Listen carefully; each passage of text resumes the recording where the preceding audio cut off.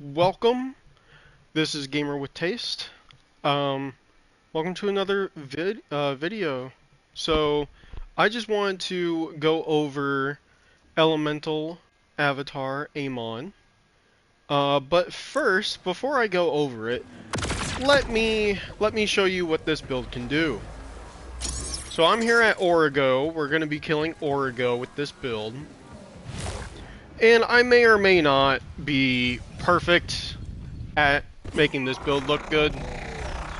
The build is fairly reliable. It's not like it's an RNG sort of deal.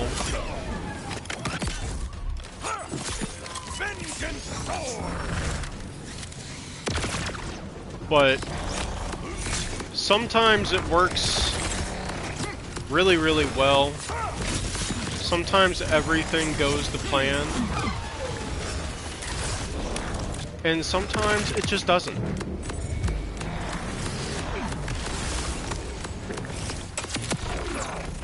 And there you go, we just two-shot Origo. We just two-shot him. I don't think I've ever actually two-shot him with this build before, but let's go over the skills. We got... Well, before we go over the skills, let me just say, this is a primed potency build, okay? Now, I have a god roll primed potency, or pretty much a god roll primed potency. So I have a prime potency with gun splash radius, shotgun splash radius, and gun reload speed. Now the only thing that I would really change about this is probably the gun splash radius. 75% shotgun splash radius is really all you need. Gun splash radius could be replaced with gun splash damage or elemental or status effect damage, or gun damage, or anything that would give you any kind of damage. I would go with shotgun damage. I don't know if there's shotgun critical damage. I wouldn't go for that in particular. But yeah, stuff like that. Anything that would give you extra damage would probably be better than gun splash radius. But other than that, this is pretty much a god roll prime potency. So I'm using that. So with that in mind, I want you to know that prime potency reads that guns with Molly 1 licensed parts have a 100% status effect chance on the first bullet fired after reload. So this counts for any element that your gun can potentially spit out. And it doesn't matter if it's part of the gun or if it's a skill. It will have a 100% status effect chance. Any elemental damage that you inflict with that first shot will have a 100% chance to proc a status with that. So, with that in mind, we are mainly using fire damage. Fire damage is huge for Amon. We get a lot of fire damage. So Amon gains increased fire damage. We want that. Wield the Storm. Amon gains increased status effect damage and status effect duration. Absolutely fantastic. We love this. This is amazing. Melee damage and ordnance damage have a chance to apply weakness to enemies for a duration. Weakened enemies deal reduced damage and take increased damage. That's what we're here for. Weakness is affected by status effect duration and is itself considered a status effect. So we spec'd into this so that we can throw our ordnance, and when we throw our ordnance, we also have Dragon's Breath. Whenever Amon activates his ordnance, his next gunshot is converted to incendiary damage, staggering damaged enemies and gaining increased damage dealt. So right now we have 200% in this. 100% is fantastic as well. As long as you have 5 out of 5, it works. You don't need the exact class mod I have to make this build good, although I do have a fantastic class mod. So we have 100%, or I have a 200% damage bonus, all in fire. Now this converts all your damage into fire damage. So you're not diversifying whenever you throw your ordnance and proc Dragon's Breath, and that's the only downside, is you're not really diversifying. But, I mean, you are diversifying because we're spec'd into electrical fire, because whenever we burn an enemy, we also shock them. So we are diversifying a little bit with this, right? We convert all of our damage into fire. Our fire is getting buffed up. Whenever we proc a fire, it takes our fire dot and it copies that damage proc and procs another shock dot with the same damage, right? So we are getting some diversity, but it's nothing, it's only in shock and fire. But it's good. It works very well. Whenever Amon applies shock to an enemy, he gains increased critical hit chance for a duration. Whenever Amon applies burning to an enemy, he gains increased critical hit damage. We are applying both pretty much all the time, no matter what. Every single shot we do, we apply both of these. Now, you might be wondering, well, I mean, we apply fire and shock. And I mean, that's only if we activate Dragon's Breath. I suppose if I have a fire weapon, then yes, I will also be applying shock. But what if I'm using like a shock weapon? Then I'll be applying fire. What if I'm using corrosive? I'm not going to be, or radiation, I'm not going to be applying shock and fire. Yes, you will. You definitely will, because we pick up Executioner. Amon gains increased critical hit damage. This effect is doubled for a duration after dealing melee damage. This isn't used all the time, but I would rather have this over, say, reload speed or a kill skill. Like, kill skills are good, but they're not really going to help you in a boss fight. So I'd much rather have Executioner. I can melee a boss. I can't always get a kill against a boss, you know? So, and we are getting critical hit chance with Catastrophe, and this is just critical hit chance on everything. So we have a 15% critical hit chance on our status effects. So if we can increase the damage that our critical hits on status effects are doing, I think that's valuable. And it is valuable. That's why I meleeed Origo first, right? Is so that I could proc that. So this is fantastic. Critical hit damage gets doubled anyways in the calculations for the damage. So this is really just 40% bonus critical hit damage. 80% after doing a melee. It's really, really high. Really good damage. This is great. Executioner, spec into it. But we also have bolt action. So whenever Amon reloads, his gun gains bonus shock damage for a duration. Now, the kicker with this is that it's only a duration for 4 seconds, right? So, what you'll see me do is you'll see me shoot, and then I'll throw my throwing knives, I'll amp up my next shot, and then I'll wait until I'm ready to shoot, and then I'll reload, and then fire the shot. If I reload last, then I guarantee that I have that shock dot. Otherwise, if I reload and then I amp and then I throw my throwing knives, 4 seconds may have passed by the time I shoot, by the time I hit the enemy. So try to reload last if you want to maximize your damage. That's how you have to do it. It's a little awkward, but it's not that bad. It really isn't. It's, you know, you just gotta think about it, be mindful of it. But that's what we do. We have 2 extra points I put into shock damage. We also spec into the Thrill. Amon gains missing health regeneration. Every time Amon takes or absorbs non-status effect damage, he gains a stack of Resolute for a duration, which increases this effect. This is fantastic. It's only 3 points. It's a lot of survivability. If you have 3 points to spare in an Amon build, this is a very good place to put it, just for survivability. If you're lacking any kind of survivability, this is a great skill. Absolutely amazing skill. Highly recommend.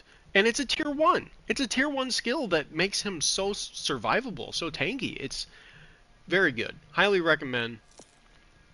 And yes, we did get Berserk, and we did get There Is Only Red. I know there's a lot of people who are sick of seeing this in the builds. I know that, but they actually buffed this thing. It used to be like There Is Only Red used to be 30% per kill. Now it's 60%. I swear they buffed this, but they also nerfed it at the same time. The duration is only 4 seconds. It only restores 4 seconds of the duration. Before you could get up to like 10 seconds, I think they said, of duration restore, and they didn't think that that was punishing enough or risky enough would be a better way to put it. So they nerfed it and they buffed it at the same time. This is really good for mobbing situations that lead into a boss fight, like a Ripper Drill site. There's plenty of opportunities for you to activate Berserk and then try to keep it up by getting kills and build it up and then keep it built up for the boss fight. It's really, really good. You can do this against Radix. Um, he has pangolins that come into his fight.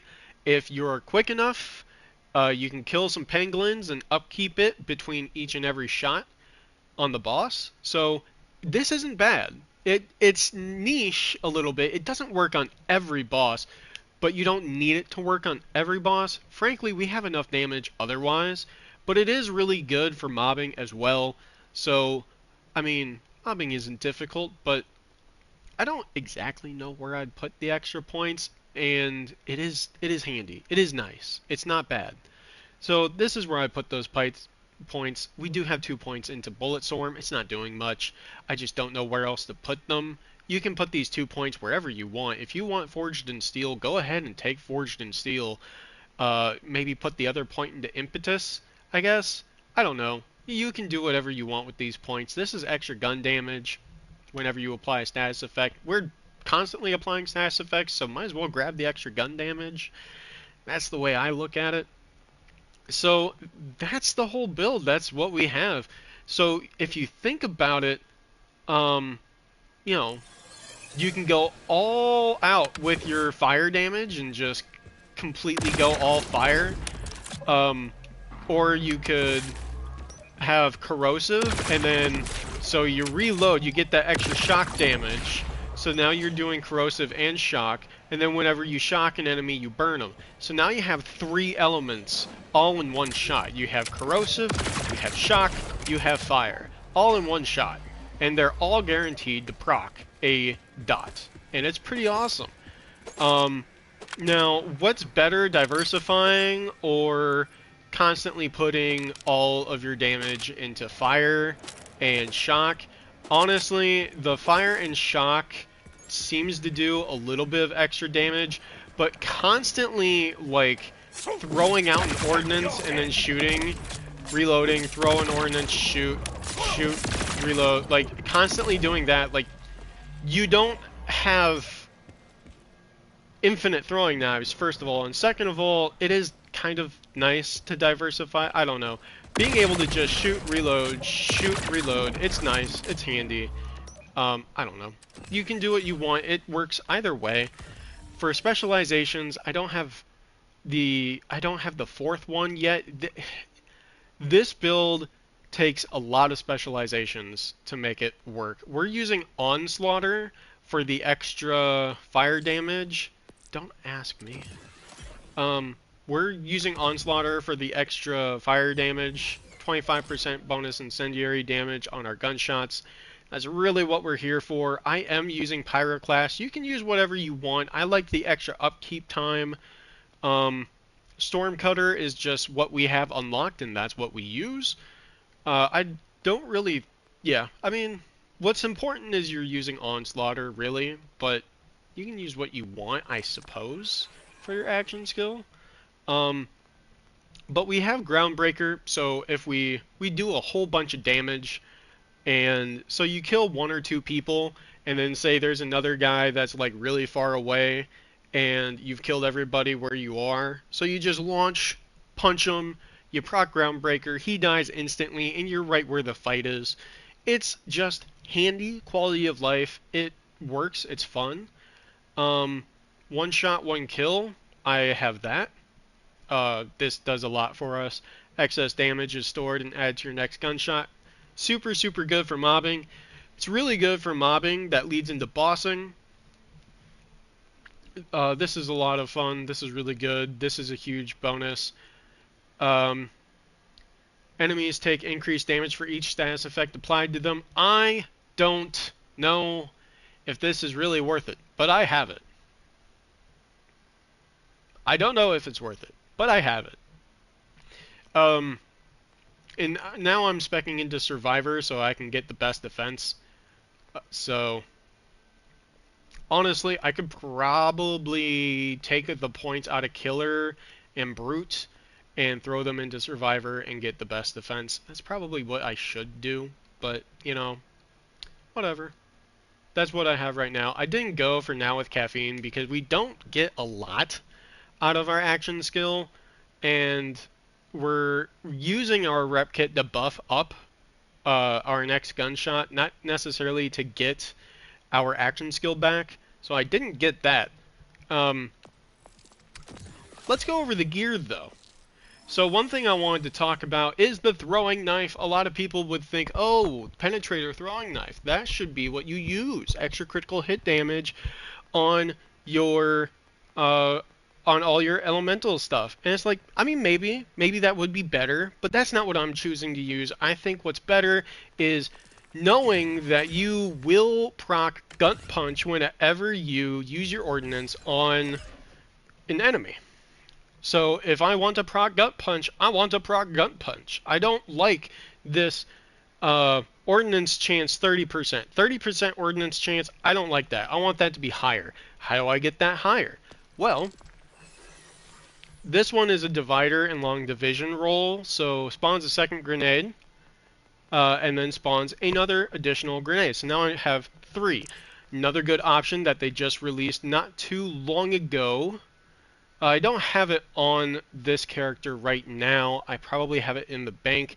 But there's one where it just launches like a shotgun barrage of throwing knives. That would probably be the best one. I haven't done any testing on that. But that one is also a very strong option. I've been meaning to try it on this build, but the more ordnance, the more chances you give yourself to proc gut punch, the higher chance you have of at least proccing gut punch. So that's why I have a long division and divider payload throwing knife. I just want to proc gut punch. I do have a standard triple bypass with amp on it. I am using the watts for dinner, although it's not doing a whole lot for me. Honestly, I've been thinking about it, and I forget what the shield is called, but there's a shield where you slam down on the ground and it drains your shield, and you gain 40% extra shock damage. That would probably be a better shield to use for this build. You'd have to be picky about when you actually use its special ability. You wouldn't be able to use it willy-nilly, but that probably would be best.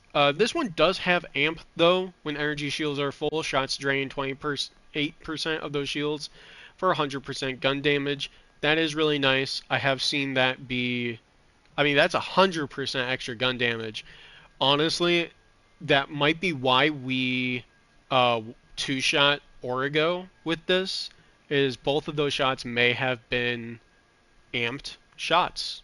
Not only amped with triple bypass, not only amped with Dragon's Breath 200%, but also amped with my amp roll from my shield. So that's a good reason to use this shield in particular, is because it has amp. We already went over Prime Potency.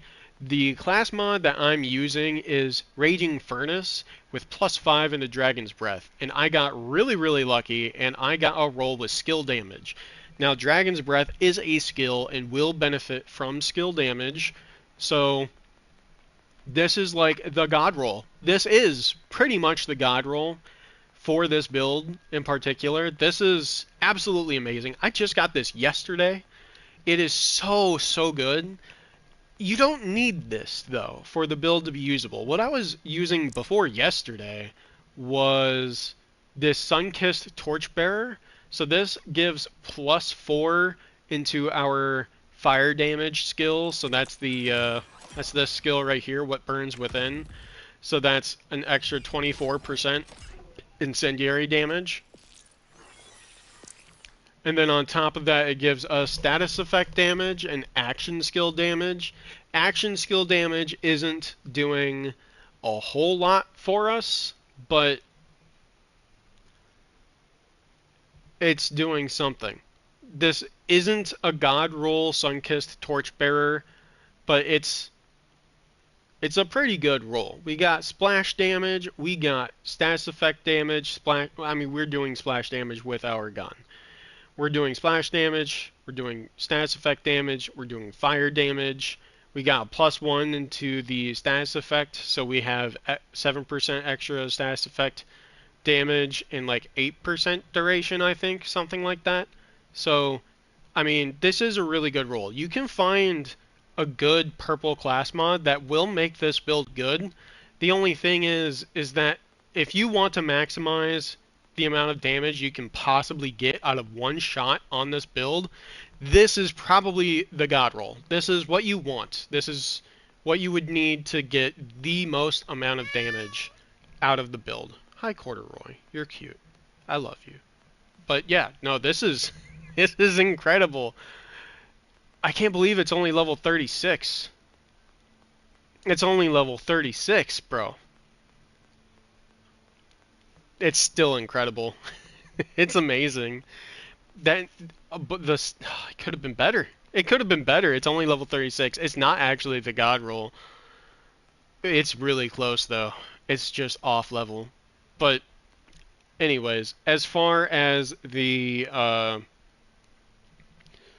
firmware is concerned, I'm rocking high caliber so that my bullets can pierce enemies. Now the biggest reason I have this is because we are rocking pyroclast, so we want to be close to the enemy in order to upkeep our action skill when we're mobbing. We don't necessarily need to, but it is fun to get up into an enemy's face and just shoot them.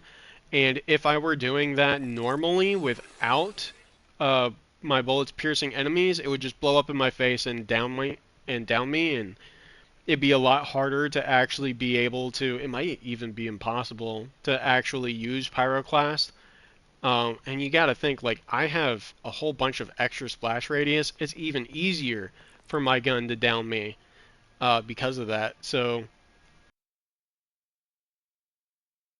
damage is nice. If the projectile speed increases the range of the weapon, I don't know if it detonates after a certain range or after a certain amount of time. But if it's after a certain amount of time, the projectile speed might give my gun a little bit of extra range as well. Not sure about that one though. The gun damage is nice. Bullets pierce enemies is great. Honestly, if you shoot them at their feet, you will be able to get 2 different procs. You'll proc them when you hit them, and then it'll splash on the ground and it'll hit them again. And that's really good, really good. Like, high caliber is the best thing you can get. 3 into high caliber is what you want. And then I have Lifeblood for a little bit of lifesteal. We don't have any lifesteal on this build. We have a good lifesteal skill, but it, you know, it only does what it does. We could use a little bit of extra, and this is our little bit of extra for survivability. So that is the build. Right now, I have a Stellium with 14,000, almost 15,000 fire damage, and 11,500 corrosive. As Torg Impact, I'm not sure if that does really anything, but it does come with Jacobs, which most of the time isn't good. Most of the time, the Jacobs license accessory is not good. That's not what you want. Because I'll shoot them, I'll get a critical hit, there won't be any other enemies around, and it'll just ricochet right into the ground and down me. Sometimes I had it ricochet right into me. like right into me. It doesn't even ricochet into the ground. Like it's kind of crappy. Now, with this in mind, there are some enemies that are elemental eaters, and elemental stuff just will not work on them. For those enemies, you will need something to take them down. I have an SMG that uses shotgun ammo and has Torg stickies. If you can find an SMG like that, a dayless SMG that consumes shotgun ammo with sticky magazine, that works very well for elemental eaters, even without anything spec'd into non-elemental damage. This just stacks on the stickies, and they all just pile on the extra damage. It's very good. Um, but yeah, that's pretty much everything about it. Um, I could show you a little bit of mobbing, but it really mobs really well. There's not really a whole lot. What in the world? Why is it I can't fast travel? Whatever. But yeah, that's pretty much the entire build. I could show you mobbing, but it one-shots pretty much everything. It's really good against vile enemies, especially with the extra splash damage, or splash damage radius, I should say. The extra splash damage radius is extremely good for vile enemies, and that's the biggest reason why I think what I have is a god roll enhancement. But yeah, that's Elemental Avatar Amon. Super good. Highly recommend. Honestly, super good for leveling. If you want a tip for leveling up a character and you just want to get to max level really quickly, really easily, there's probably a prime potency build on pretty much any character. Vex probably is the worst for it, but I'm sure you could pull it off for even Vex. But you get a Stellium, and you get a Prime Potency enhancement, and you are set for the base game. Up until you get to UVHM, you don't have to worry about anything. You get a Stellium, you get Prime Potency, you're good. Like, nothing can really stop you. You're already OP. It's kind of a hack, but yeah, thank you for checking out Prime Potency Elemental Avatar Amon. And hope you have a good one. Hope you continue having good ones. And I hope to catch you on the next video, whenever that video is. I don't know when it will be. It'll be out when it's out, but whenever it's out, hope to catch you there. But until then, I'm going to have to catch you later. Take care.